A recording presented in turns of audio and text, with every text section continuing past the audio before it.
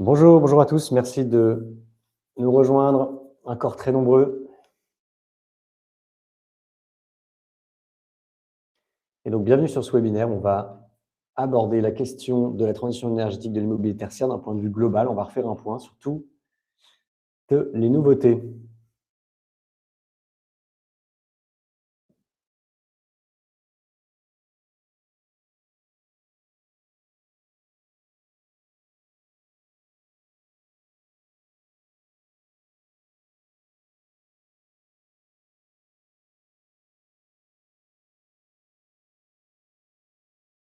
Mais écoutez, je vous propose de commencer.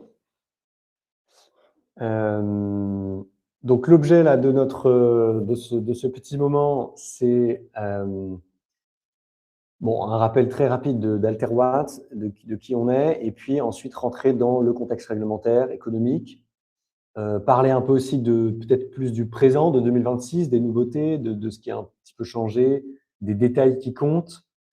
Voilà, et ensuite rentrer, dans des questions plus concrètes, voilà, sur la fin, de ce webinaire. Alors il y a beaucoup de slides, j'espère que je vais arriver au bout et que je ne vais pas vous endormir. Voilà, il y a aussi des sujets que vous connaissez déjà bien, d'autres peut-être le connaissent moins bien. Je vais essayer d'avoir le bon niveau de détail pour vous.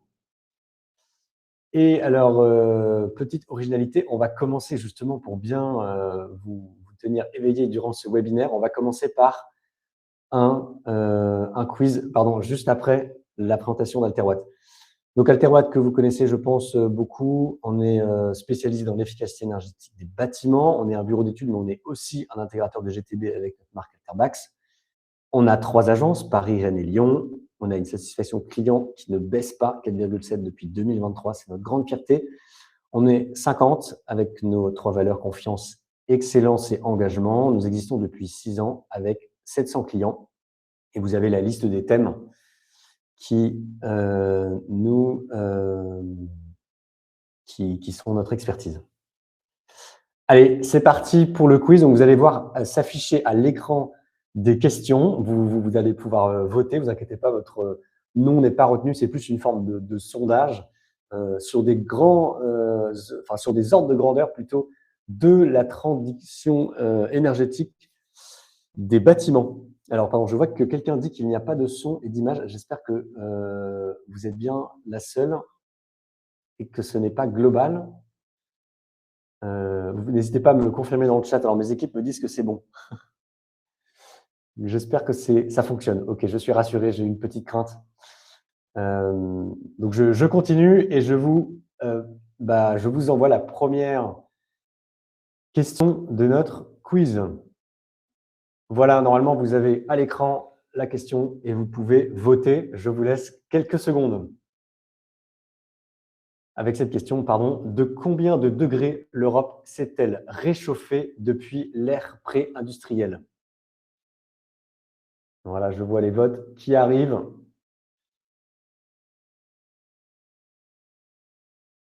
Allez, je vous laisse encore quelques secondes pour donner votre avis. Allez, merci. Déjà, vous êtes très nombreux à participer. C'est formidable. Alors, donc voilà, normalement, si je ne me trompe pas, vous avez à l'écran l'ensemble des réponses. On voit que les réponses sont assez homogènes, ce qui est étonnant. Alors, c'est vrai que la bonne réponse est assez étonnante et d'ailleurs, l'information est tout à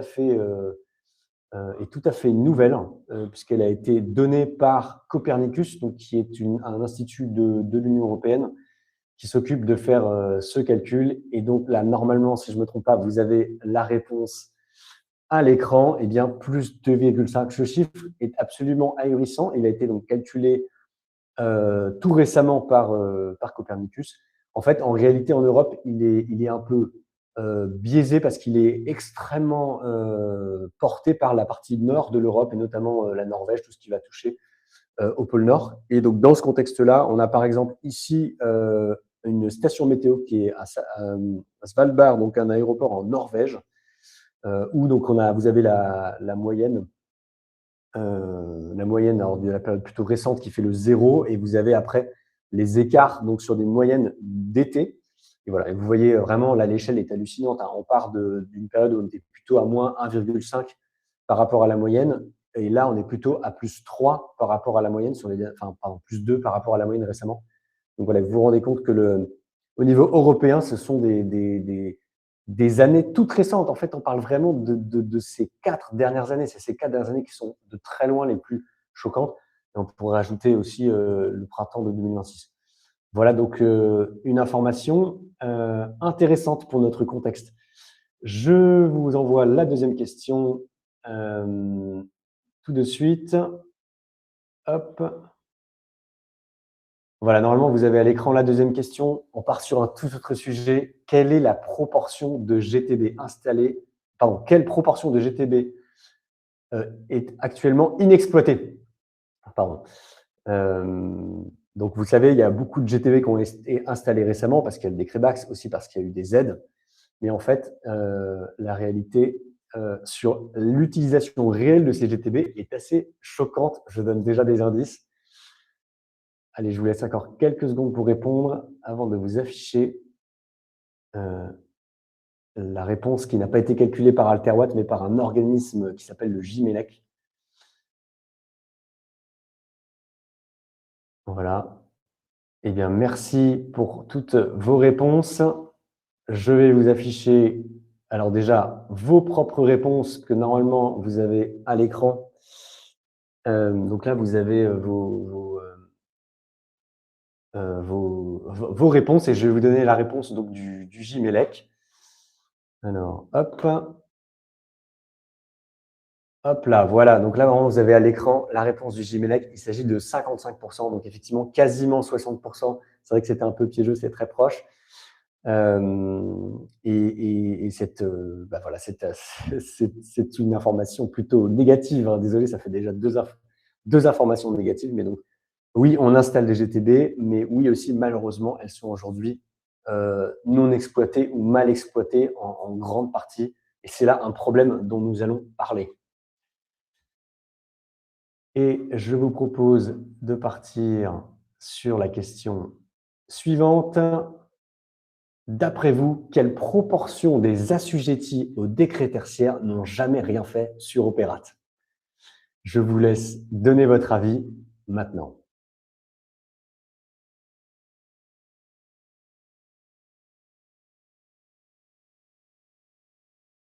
Voilà, donc les assujettis au décret tertiaire, c'est à peu près entre 800 millions et 1 milliard de mètres carrés en France, donc qui sont dans le périmètre de l'assujettissement au décret tertiaire.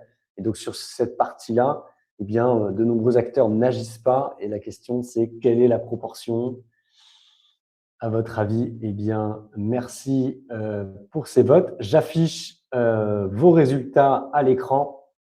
Donc là, vous devez voir vos propres résultats, mais je vais vous afficher ensuite la réponse officielle de la part de la plateforme Opérate, qui a elle-même communiqué le 19 mai sur ce sujet, en donnant énormément de statistiques, dont d'autres que nous allons voir juste après.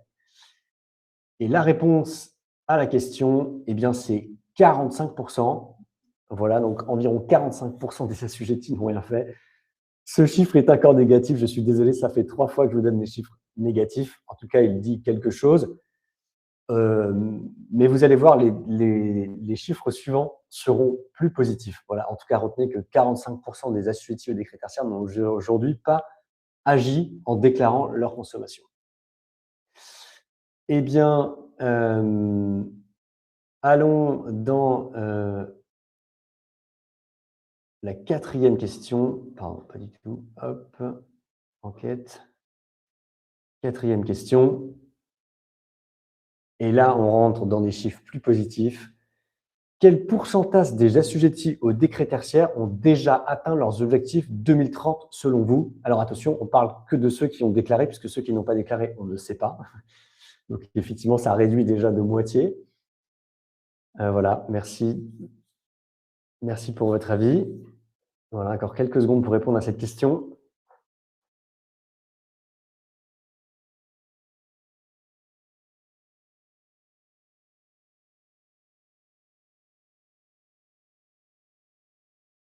Merci beaucoup pour toutes vos réponses. Donc, je vous affiche les résultats. Donc, d'après vous, quel est le pourcentage des assujettis au décret tertiaire qui ont déjà atteint leurs objectifs en 2030? Eh bien, les réponses sont assez homogènes, ce qui montre l'incertitude. Je vous partage la bonne réponse, encore une fois, selon Operant lui-même. Donc, 47% des personnes qui sont actuellement déclarées sur Operat ont déjà atteint leurs objectifs 2030.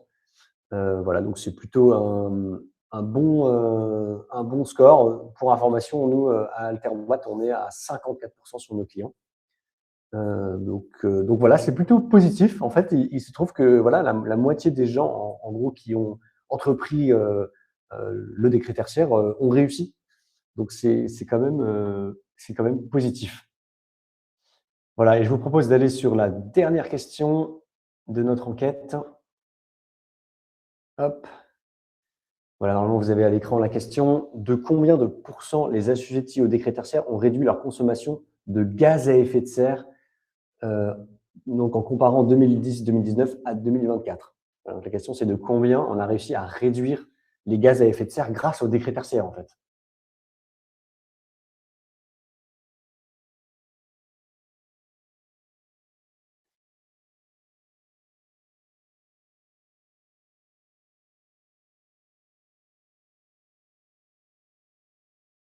Voilà, merci beaucoup pour vos réponses. Encore quelques secondes avant de regarder le résultat.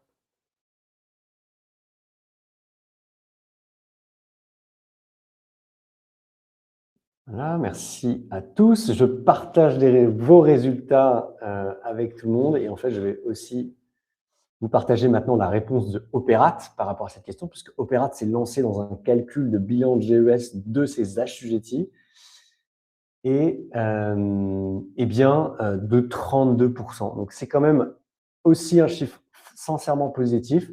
C'est-à-dire que les gens qui se sont engagés dans le décret tertiaire ont permis de baisser de 32% en moyenne les gaz à effet de serre.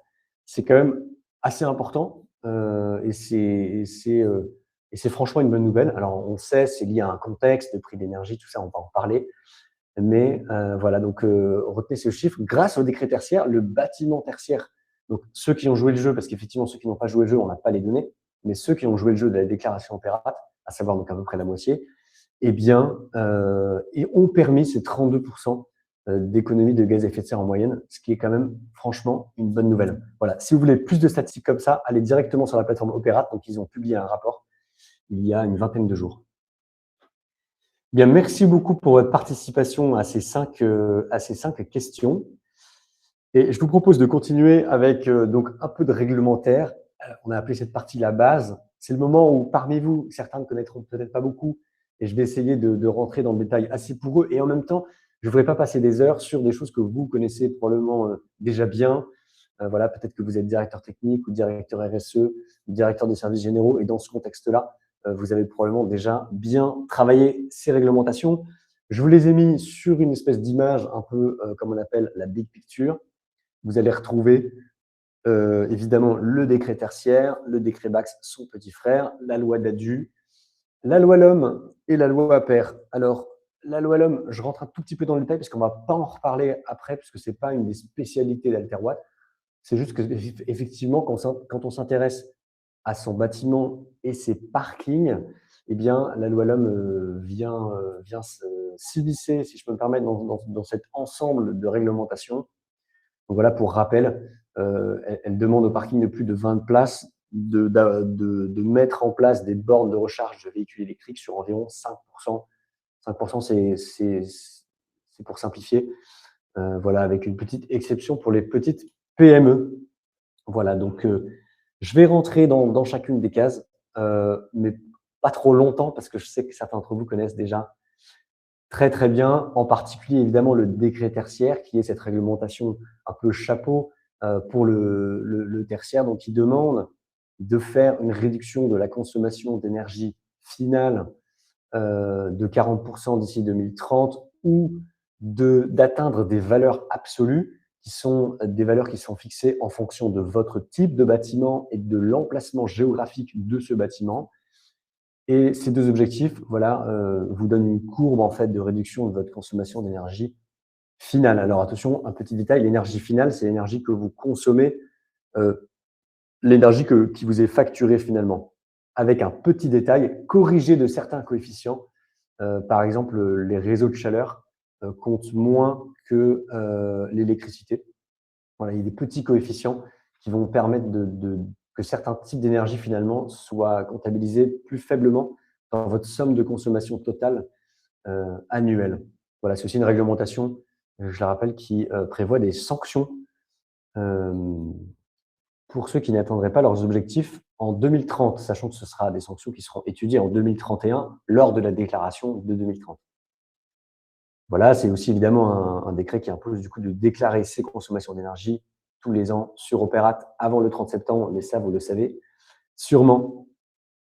Le décret BAX, donc le petit frère du décret tertiaire, en fait, c'est l'idée de se dire qu'une fois qu'on a un objectif, il faut se donner les moyens de l'atteindre. Et un des moyens très concrets, eh bien, c'est d'éviter les gaspillages dans son bâtiment, de comprendre son bâtiment, d'être capable de fournir l'énergie uniquement adaptée aux besoins et de ne pas fournir trop d'énergie. Donc, entendez évidemment ne pas chauffer ou refroidir ou d'allumer des lumières inutilement. Eh bien, tout ça, le décret BAX est là pour donner les outils pour permettre de le faire. Voilà, ce décret BAX est lié plus ou moins, je ne rentre pas dans les détails, avec une norme qui s'appelle la norme 52-120, qui vient donner un cahier des charges extrêmement précis à des GTB et fournir des classes de GTB. Voilà. Pour rappel, l'assujettissement n'est pas le même que celui du décret tertiaire, puisque le décret tertiaire vient assujettir les bâtiments tertiaires de plus de 1000 m² cumulés tertiaires, alors que le décret BAX, lui, vient s'intéresser à la puissance de chaud ou la puissance de froid présent dans un bâtiment. Et si cette dernière dépasse 70 kW, eh bien, vous allez être soumis au décret tertiaire. Mais il faut savoir que l'intention du législateur, c'était bien de soumettre les mêmes personnes au décret tertiaire et au décret BAX. Pourquoi? Eh bien, parce que 70 kW, c'est à peu près la puissance qu'il faut pour chauffer ou refroidir 1000 m². D'où, finalement, cet assujettissement qui est proche. Voilà, le décret BAX, lui, ne fait pas l'objet de sanctions connues. Et après, on entend souvent, ah oui, le décret BAX, ça veut dire qu'il faut installer une GTC. Oui, en fait, pour le dire plus précisément, un BAX, c'est un système global qui vient s'interfacer de manière interopérable avec tous les équipements du bâtiment, que ce soit l'éclairage, le chauffage, l'eau chaude sanitaire, la ventilation, la climatisation ou même la production photovoltaïque. Voilà, et avec tout ça, essayer d'optimiser au maximum pour consommer exactement ce qui est nécessaire pour le bâtiment et d'éviter tout gaspillage. C'est ça un peu l'intérêt du décret BAX. Voilà, encore une fois, je ne rentre pas totalement dans les détails de cette réglementation, puisque là, on est là pour parler de choses globales et d'actualité. Si vous avez besoin d'entrer dans les détails, évidemment, on serait extrêmement heureux de répondre à vos questions en direct dans des visios avec vous. La loi APER, donc on en parle plus en ce moment parce qu'il y a une échéance qui nous attend au 1er juillet de cette année pour tous les parkings de plus de 10 000 m². Voilà, donc la volonté de cette réglementation, elle est de… Alors, pardon, c'est vrai que ce n'est pas très bien détaillé ici. Je reprends ici. Elle est d'imposer la solarisation des parkings de plus de 1500 m² sur la moitié ou de fournir de l'ombre sur la moitié de ce parking avec des arbres qui permettent de fournir de l'ombre. Voilà, il a été introduit aussi récemment la possibilité de mettre en place d'autres types d'énergie renouvelable comme la géothermie sur ce parking à la place du photovoltaïque. Voilà, c'est une réglementation qui fait face à un contexte de prix de rachat de l'électricité photovoltaïque qui est compliqué, donc qui fait qu'on parle beaucoup d'exonération malheureusement. Donc il y a beaucoup de fois où en fait l'installation de ces ombrières n'est pas possible. Et la loi, comme beaucoup de réglementations dans la transition énergétique, prévoit la possibilité d'être exonéré de l'obligation dans le cas où ça ne serait pas rentable. Voilà, donc du coup, c'est une réglementation qui fait l'objet de beaucoup d'exonérations. Il n'empêche que l'esprit de cette réglementation reste cohérent. Ces surfaces de parking chauffent énormément et sont tout le temps exposées au soleil. Et le fait de récupérer de l'énergie et à la fois de faire de l'ombre avec des arbres ou avec des panneaux solaires est tout à fait pertinent pour vos parcs de parking. Effectivement, je vois un commentaire sur la possibilité de mixer entre le PV et les arbres. Effectivement, c'est aussi une possibilité qui a été introduite par la loi de simplification de l'été 2025, décrétée en octobre, qui permet donc de mixer le PV et les arbres sur la moitié de votre parking, avec un mix minimum de PV de 17,5%, voilà, qui permet donc d'installer moins de PV et de moduler pour essayer de trouver l'optimum économique. Voilà. Eh bien, on continue donc ce tour d'horizon entre guillemets global sur toute la réglementation. Vous avez aussi la loi DADU. Alors, le DADU, c'est un autobus réglementaire qui comprend plein de réglementations qui n'ont rien à voir avec la transition énergétique. Il se trouve que dans le dernier autobus DADU, il y avait un volet sur l'audit énergétique obligatoire, qui est une obligation qui existe depuis longtemps, qui impose aux grandes entreprises de faire des audits énergétiques tous les 4 ans. Eh bien, la loi DADU a revu le seuil d'application de cette réglementation. Elle n'est plus seulement pour les grandes entreprises qui ont un certain chiffre d'affaires, un certain nombre d'employés, une certaine taille de bilan, mais à présent, elle se concentre sur un seul critère, la consommation d'énergie totale de l'entreprise. Voilà, le chiffre, c'est 2,75 gigawattheures par an. Dans ce cas, vous allez avoir l'obligation de faire un audit énergétique tous les 4 ans sur votre entreprise. Alors, pas sur toute l'entreprise, et on va définir un périmètre précis, voilà, avec un système d'échantillonnage. Et il y a aussi l'obligation, si vous dépassez 23,6 gigawattheures par an, eh bien, l'obligation de mettre en place un système de management de l'énergie ISO 50001 dans votre entreprise.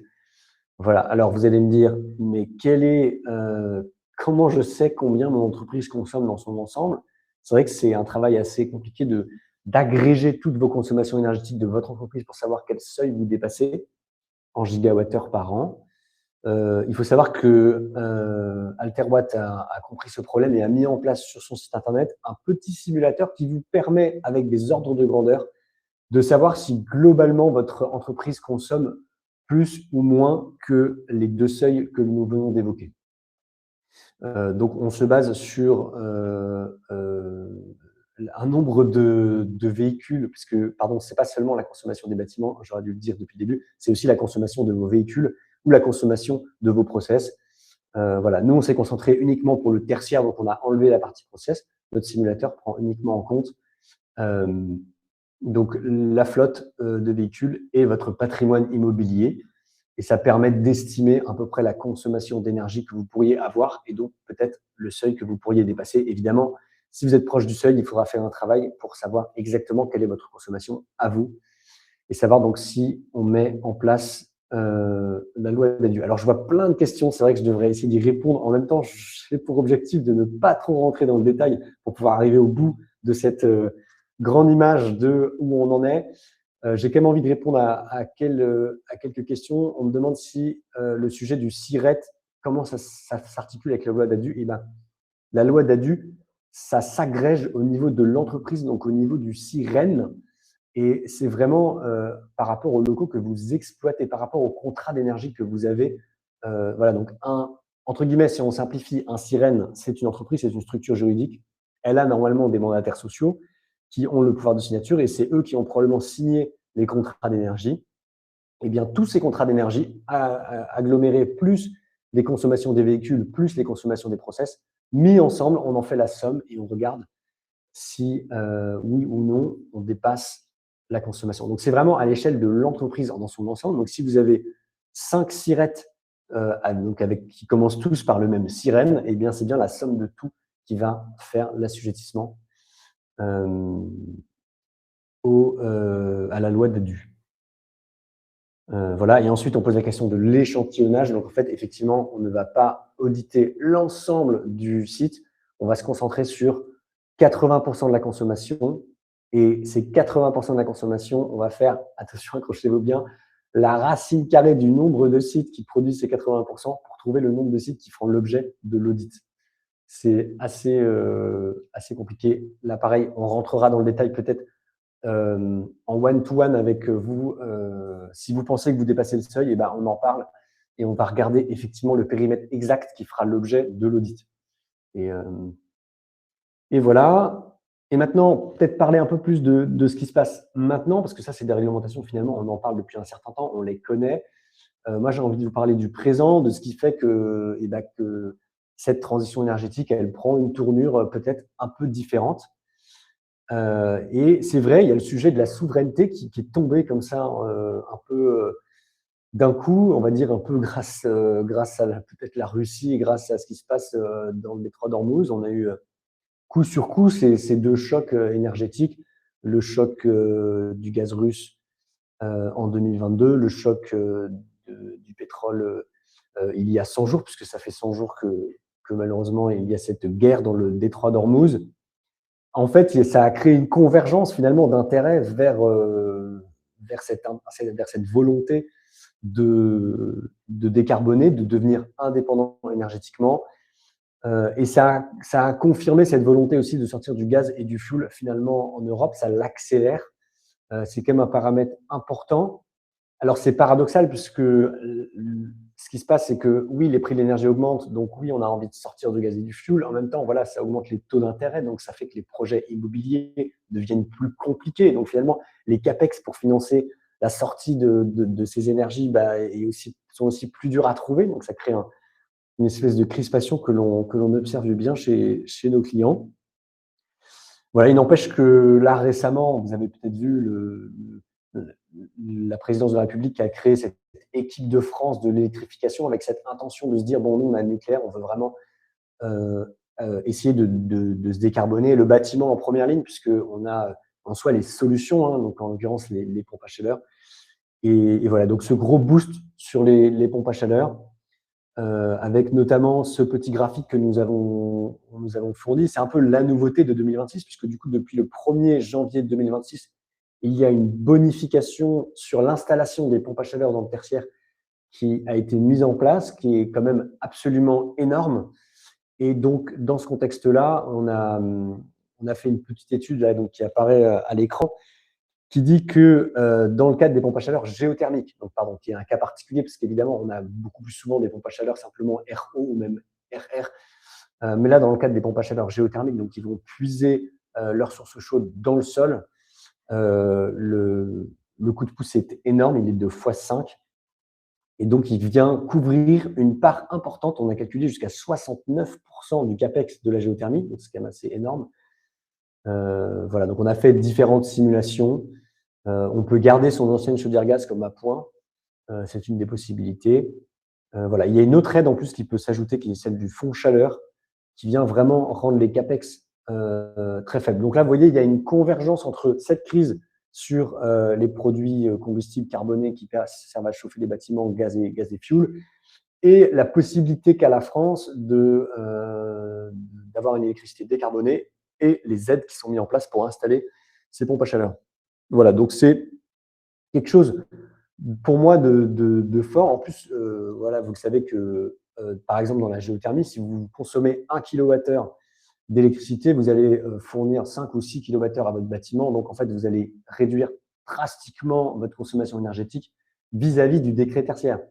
Donc, ce n'est pas seulement sur la facture, mais c'est le décret tertiaire. Autant dire qu'il est plié, a priori, si vous installez de la géothermie, il n'y a plus de problème parce que quand vous divisez par 5 votre consommation électrique, vous allez probablement passer en dessous des valeurs absolues. Donc, voilà, il y a quelque chose de fort en 2026 entre cette volonté de souveraineté, cette guerre et ces prix de l'énergie, et à côté, la possibilité avec les C2E d'installer des pompes à chaleur géothermiques, mais aussi simplement RO qui font aussi l'objet de bonification. L'autre élément de contexte, eh bien, c'est ces prix de rachat dans le photovoltaïque qui baissent, qui rendent du coup la rentabilité des projets photovoltaïques plus difficile. Eh bien, dans ce contexte-là, c'est vrai que ça rend au contraire l'installation de photovoltaïque plus compliquée. Et là, il y a une nouvelle qui date alors je crois de quelques jours, c'était lundi ou la semaine dernière, Donc un prix de tarif de rachat de vente, si vous êtes le vendeur, pour les installations de moins de 100 kW crête, qui est à 1,1 centime du kilowattheure, c'est extrêmement faible. Et la prime d'autoconsommation qui a été supprimée, le message, il est clair. Les petites installations photovoltaïques, parce que 100 kW crête, c'est autour de maximum 600 mètres carrés, donc ça va toucher évidemment les particuliers ou les toutes petites installations. Donc ça ne concerne pas forcément ceux qui font des grosses installations assujetties à la loi APER, qui vont être au-delà des 100 kW crête, dont eux, le prix de rachat sera fixé par appel d'offres, dont certains appels d'offres commencent cet été. Donc ce sera un autre sujet et d'autres prix. Et pour les petites installations, voilà, le prix de rachat a été fixé. Clairement, aujourd'hui, seule l'autoconsommation permet une installation photovoltaïque viable au niveau de ces petites installations de moins de 100 kW crête. Voilà, donc ça, c'était pour le photovoltaïque. Alors, je vois qu'il y avait une autre question peut-être qui portait sur le taux de… Ah oui, une question sur ce graphique. Le taux de couverture, il est en CAPEX. Donc, pardon, je ne sais pas si je réponds bien à la question, mais c'est de combien du CAPEX on est capable de payer avec les C2E. Et après, oui, on réfléchit plutôt en puissance quand on dimensionne une PAC géothermique. Pardon, j'ai changé de sujet d'un coup, j'espère que je n'ai pas perdu certains d'entre vous. Donc là, je réponds à la question de quel taux de couverture on parle ici à l'écran. Et en l'occurrence, le taux de couverture, il est calculé par rapport… le taux de couverture des aides, il est calculé par rapport au CAPEX, donc en euros. Voilà, et peut-être que la question portait à l'inverse sur le taux de couverture plafonné par le fonds chaleur, donc vous avez à droite de l'écran, puisque le fonds chaleur, effectivement, limite le taux de couverture, ben c'est aussi un taux de couverture en CAPEX. Voilà, donc, si vous dépassez plus de 65% de votre CAPEX, pardon, CAPEX veut dire investissement, donc l'argent que vous allez mettre pour installer la géothermie, eh bien, vous allez être limité à 65%. Après, le fonds chaleur dira, bah, c'est bien, vous êtes déjà bien aidé, je ne vous aiderai pas plus, pour faire simple. Voilà, j'avance un peu. Un autre sujet de 2026, eh bien, c'est l'adaptation au réchauffement climatique. On va dire, je me fais le porte-voix de ce que j'entends, mais c'est vrai qu'on est encore déçu des bâtiments qui sortent même récemment de terre par rapport à leur adaptation au réchauffement, enfin plutôt aux périodes de forte chaleur. Là, on a un livre blanc, alors je n'ai pas cité, pardon, qui a été fait par Bouygues, qui est très bien fait, qui est sorti tout récemment, avec des statistiques. Alors là, une statistique qui porte plus sur le logement, donc c'est vrai que je m'éloigne un peu, on est ici entre personnes du tertiaire, mais voilà, qui montre qu'il y a une augmentation de l'inquiétude par rapport aux périodes de forte chaleur. Voilà, dans le tertiaire, parfois on est presque un abri finalement. Quand vos bureaux sont climatisés, on peut devenir un abri pour des personnes qui ne veulent plus télétravailler parce qu'il fait trop chaud chez eux. Mais voilà, mais aussi parfois les locaux tertiaires ne sont pas un abri, ils sont aussi malheureusement des lieux de surchauffe. Voilà, il y a un vrai enjeu là-dessus qui vient un peu s'ajouter finalement à une réglementation qui regardait beaucoup les émissions de gaz à effet de serre et la réduction des consommations. Mais finalement, l'enjeu d'être capable de faire des bâtiments tertiaires qui sont véritablement une protection par rapport aux fortes chaleurs, eh bien, il augmente de plus en plus. Là, vous voyez, c'est le chiffre que l'on évoquait au début de 2,5 degrés d'augmentation. C'est quand même énorme. Peut-être que certains d'entre vous ont été marqués aussi par cet épisode de forte chaleur extrêmement précoce d'il y a une semaine et demie. Voilà, donc c'est un enjeu. C'est un enjeu important. Je pense qu'il jouera aussi sur la valeur du patrimoine des actifs. C'est un enjeu passionnant aussi, parce que je pense qu'il est vraiment intéressant de se poser la question comment rendre le bâtiment le plus protégé face à ces vagues de chaleur. Voilà, en tout cas, c'est une des choses qu'on entend de plus en plus. Vous voyez aussi dans le graphe que je présentais au début que c'est vraiment ces 4-5 dernières années que les moyennes explosent en été de température. Finalement, ça devient, je dirais pas que c'est nouveau, évidemment, il a toujours fait chaud en été, mais ça devient de plus en plus prégnant. Et donc, le sujet de l'adaptation devient en fait un sujet clé. Voilà, même s'il n'est pas, je veux dire, adossé dans l'existant à une réglementation, là où il l'est dans le neuf, évidemment, ça devient un sujet même pour l'existant, pour vos bâtiments tertiaires existants. Voilà un autre point qui nous touche en 2026, eh bien, c'est la possibilité sur Opérat de moduler sa consommation sur enfin, moduler pardon, son objectif au décret tertiaire, donc de plusieurs moyens, plusieurs manières, pardon. Et ce sont voilà, des possibilités enfin, la plateforme Opérat simplement n'avait pas été finie entre guillemets par l'équipe de développement et ne permettait pas de le faire. Voilà, aujourd'hui c'est possible et je vais vous expliquer rapidement quels sont les différents moyens qui s'offrent à vous pour faire cette modulation. Concrètement, vous avez l'indicateur d'intensité d'usage. On va dire que c'est la manière la plus simple de moduler. Vous êtes un hôtel, votre fréquentation augmente, et bien il est normal que votre consommation d'énergie augmente et l'objectif du décret tertiaire doit être adapté à cette augmentation de la fréquentation de votre hôtel. Et voilà, et donc ça fait l'objet d'une petite formule et c'est pratique puisque le plateforme Opérat le fait vraiment pour vous, basé sur évidemment le critère qui concerne votre activité, qui est déjà prévu dans le mécanisme de la plateforme Opérat. Donc ça, c'est moyen 1, indicateur d'intensité d'usage.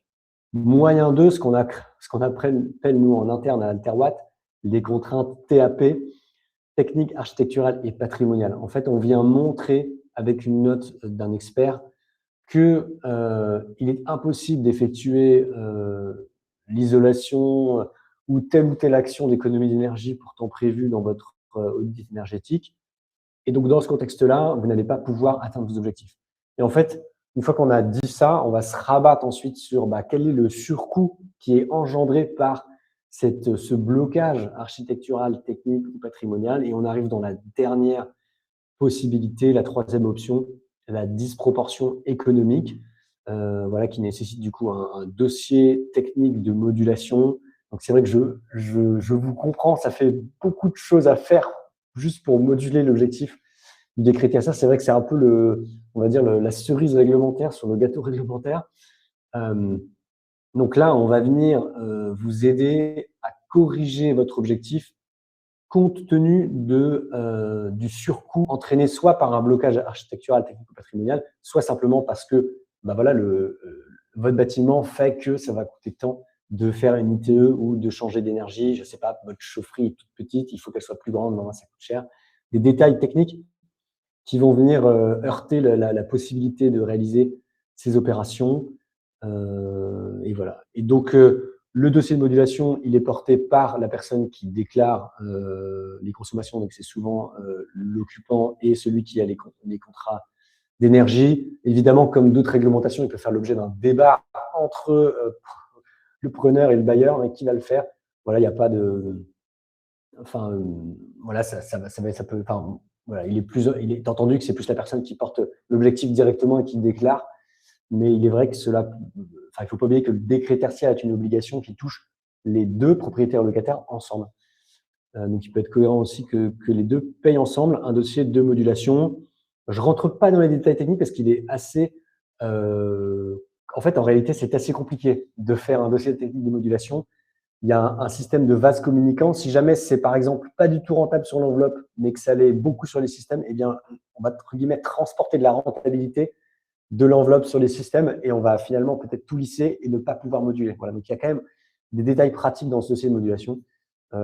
Encore une fois, pareil, si vous avez des questions très précises, eh bien, contactons-nous. Nous, on peut vous expliquer en one-to-one comment concrètement faire un dossier de modulation ensemble. En tout cas, voilà, c'était encore une nouveauté de 2026, cette possibilité.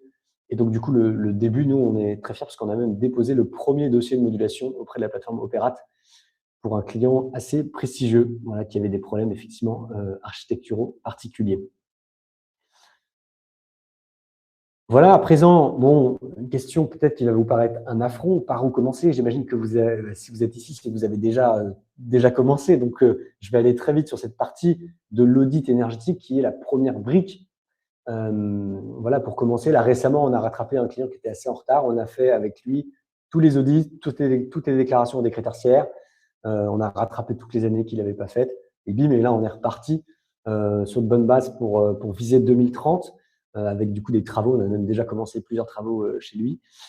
Et en tout cas, voilà, effectivement, si vous ne l'avez pas fait, c'est quand même une étape logique pour commencer. Donc, c'est le plan d'action. Donc, concrètement, qu'est-ce qui se passe? On vient visiter l'ensemble des bâtiments, les modéliser et imaginer l'ensemble des actions que l'on peut faire sur votre bâtiment pour lui permettre de moins consommer. Alors évidemment, il y a plein de choses qui vont paraître évidentes, comme installer une GTB s'il n'y en a pas, mettre des LED s'il n'y en a pas. Oui, mais en fait, il y a quand même plein de possibilités. Et mis tout ça bout à bout, donc là, voilà, vous avez 2 exemples de possibilités. Ça va permettre de sélectionner les scénarios, donc l'ensemble des préconisations, les groupes de préconisations qui sont cohérents pour votre bâtiment et leur permettre d'atteindre les objectifs, enfin de permettre de faire tout ça ensemble et d'atteindre l'objectif 2030 pour, enfin 2040 ou 2050. On fait plusieurs scénarios dans cet audit. Donc l'audit, c'est un rapport qui va vous permettre d'avoir un plan d'action avec des CAPEX précis, des temps de retour sur investissement précis, les aides qui sont mobilisables. Voilà, donc si vous avez des budgets à faire, bah, évidemment, c'est la chose la plus utile que de faire un audit pour savoir de combien va être l'investissement sur votre bâtiment pour permettre d'atteindre le décret tertiaire. Alors, c'est vrai que je parle beaucoup d'atteindre le décret tertiaire, mais évidemment, la chose la plus importante que l'on vous suggère, c'est la performance, puisque faire des économies d'énergie, c'est faire des économies sur la facture, et donc c'est payer moins d'argent. Donc, certes, au début, on investit pour les travaux, mais à la fin, on économise sur la facture, et au bout d'un moment, eh bien, ça devient rentable, et on gagne de l'argent chaque année avec l'énergie que l'on ne consomme pas. Voilà, donc vous avez à l'écran là des exemples de scénarios 1, 2 et 3 où on voit la baisse de consommation d'énergie en fonction du scénario. Évidemment, plus le scénario est ambitieux, plus le CAPEX, donc l'investissement, est haut. Voilà, c'est l'output de l'audit énergétique, donc une petite prestation qui prend allez, de 1 à 2 mois. On peut faire des parcs ensemble. Dans un ensemble et qui coûte quelques milliers d'euros par site environ. Et enfin, je termine rapidement avec un petit cas concret d'Alterwatt, donc Spirit, un de nos clients que nous aimons beaucoup. 100 000 m² en transition, donc voilà, qui pointe vers les objectifs 2030. Donc là, vous avez à l'écran l'ensemble de ces sites que nous partageons avec son autorisation et leur consommation d'énergie actuelle. Et donc, vous voyez certains sites en rouge qui, eux, n'ont pas encore atteint leurs objectifs au décret tertiaire. Certains sites en vert qui, eux, l'ont déjà atteint. Alors attention, c'est un acteur de la logistique, ce qui explique les consommations d'énergie faibles que vous voyez sur l'axe de gauche. Et voilà, donc nous l'accompagnons dans cette transition que vous voyez à l'écran sous forme de flèche vers le point jaune qui est le point objectif 2030 que chacun des sites doit atteindre. Donc on a évidemment identifié plein d'opportunités d'action à travers donc déjà une très grosse déclaration opérate sur l'ensemble des sites, ensuite un audit énergétique sur l'ensemble du parc, et ensuite des préconisations qui vont rejoindre ce qu'on s'est dit tout à l'heure, évidemment l'installation de panneaux photovoltaïques pour la loi APER, l'installation de GTB, certaines ont déjà été réceptionnées, et plein d'autres actions. Voilà, donc là c'est vraiment un exemple où on a fait le décret tertiaire, le décret BAX, la loi APER, et on reprend tout, la loi d'ADU, on reprend tout dans son ensemble et on vient faire un projet cohérent qui regarde toutes les réglementations, qui regarde pas seulement, qui regarde aussi le contexte, un peu l'évolution vers laquelle on veut aller, donc évidemment la décarbonation, la souveraineté, et qui permet de viser pour le client une transition cohérente à 360 sur l'ensemble de son parc. Voilà, j'espère que je suis rentré assez dans le détail, c'est vrai que j'ai passé un peu vite. Voilà, et puis, eh bien maintenant je prends vos questions et je vais essayer d'y répondre Alors, c'est vrai que c'était très, très, très générique. Alors, je vais essayer de zoomer sur… Comment je peux faire ça? Je peux le cacher. Voilà. Eh bien, voilà, allez-y. Je vous propose, merci beaucoup déjà pour votre écoute. Et puis, je vous propose de poser des questions donc un peu sur tous les sujets. Si vous voulez, je peux remettre un peu l'image qui permet de regarder de haut notre problématique, à savoir celle-là. Et alors déjà, je vois qu'il y a une question dans le chat public. Opérate en cours d'option de mutualisation des foncières en tant que propriétaire pour faire un dossier global. Donc effectivement, il y a un sujet autour de la mutualisation. Alors déjà, je ne suis pas à jour là-dessus. Je sais juste qu'il y avait un conflit sur quand on mutualise. Est-ce que c'est… Enfin, il y avait une règle qui disait une EFA, donc qui est une entité au sens du décret tertiaire, donc par exemple un site, ne peut pas être mutualisé à la fois par propriétaire et à la fois par le locataire. Donc il y avait entre guillemets une espèce de décision entre qui va mutualiser entre le locataire et le propriétaire. Voilà, donc ça c'était un peu un sujet, je ne sais pas comment a évolué ce conflit entre guillemets entre les deux. Alors je vois quelqu'un qui dit que la foncière mutualise, c'est peut-être ce qui a été tranché, donc dans ce cas ça a été décidé récemment. Je vous avoue que j'ai pas de réponse, j'ai pas lu moi-même la réponse à ce conflit du coup entre qui a la préemption entre guillemets pour mutualiser, puisqu'évidemment si vous avez un site qui consomme très peu, ben, vous avez envie de le mettre dans votre parc mutualisé pour faire baisser votre moyenne. Voilà, pour ce qui est de la mutualisation, est-ce qu'il y a d'autres questions? N'hésitez pas à le poser dans le chat. Alors je ne sais pas si peut-être qu'il y a une autre interface. Non, je pense que c'est juste dans le chat public, hein.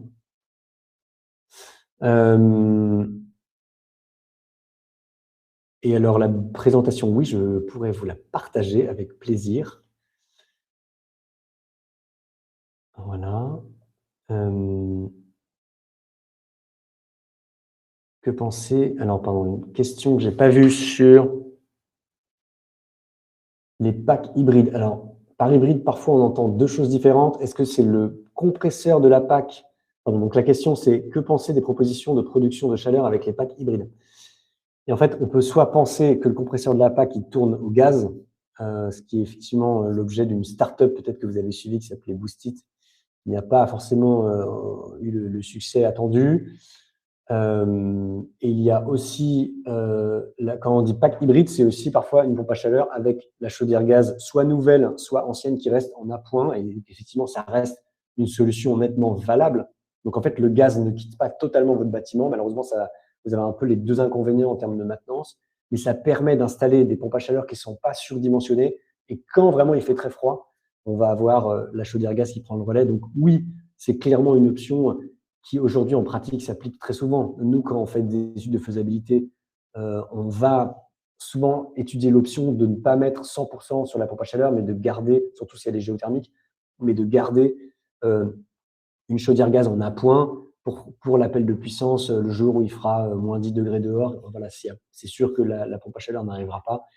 Et donc là, la chaudière gaz en appoint est importante. Alors, c'est un peu décevant. On pourrait se dire, bah mince, je vais garder du coup une chaudière gaz, je vais garder un réseau de gaz, je vais garder l'entretien de gaz. Oui, c'est vrai. Il n'empêche que quand même, les OPEX très long terme, comprenant le coût de l'énergie, sont quand même beaucoup plus intéressants comme ça.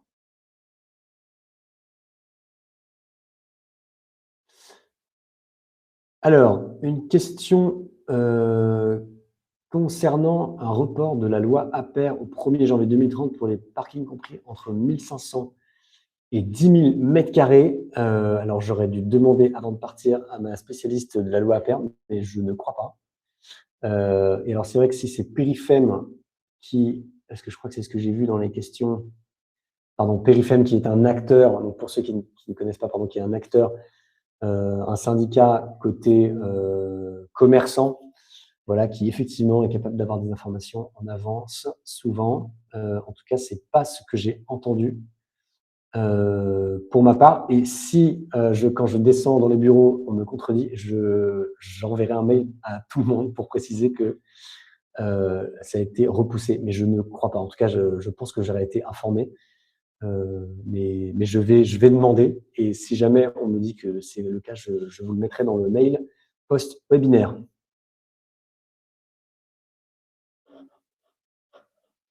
Avons-nous d'autres questions sur cette transition énergétique globale, sur une réglementation en particulier ou sur un problème que vous pourriez avoir ou une question?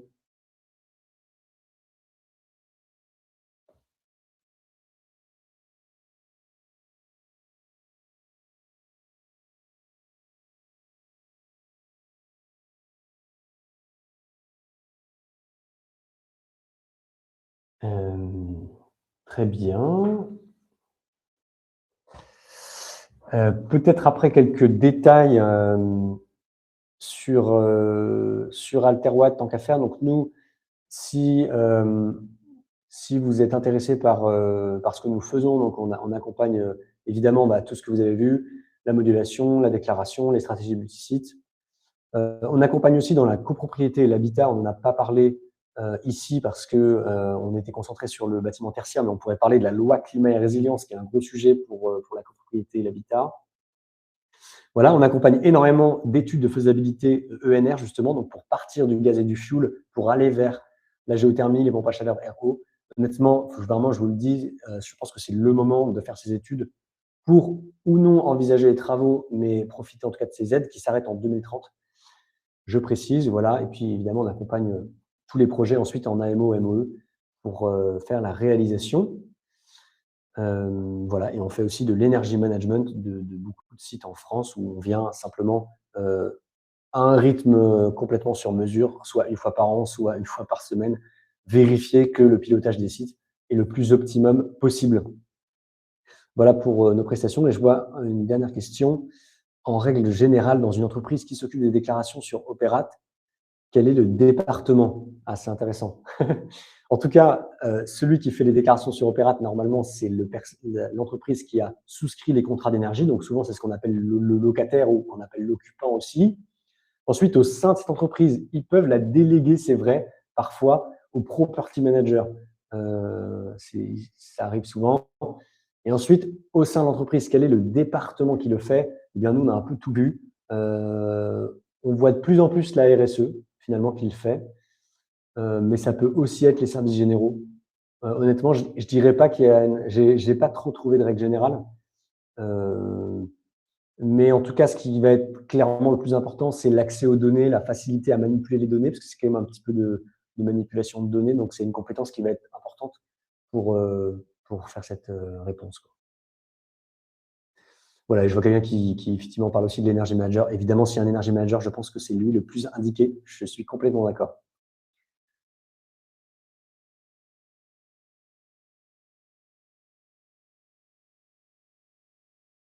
Eh bien, merci beaucoup. Je suis très heureux d'avoir passé ce moment avec vous. Voilà, j'espère qu'on a pu aussi apporter des réponses. Et puis, évidemment, comme je le disais, on sera très heureux de répondre en one-to-one à vos questions pour rentrer dans un détail. J'ai conscience que j'ai été un peu en surface de tout. Et puis, en plus, j'ai la chance dans mon entreprise d'avoir énormément de personnes qui sont experts et qui pourront répondre vraiment à un sujet précis. Voilà. Et ben, je vous propose de se quitter maintenant. Je vous souhaite bon appétit et encore une fois, je vous remercie pour votre participation.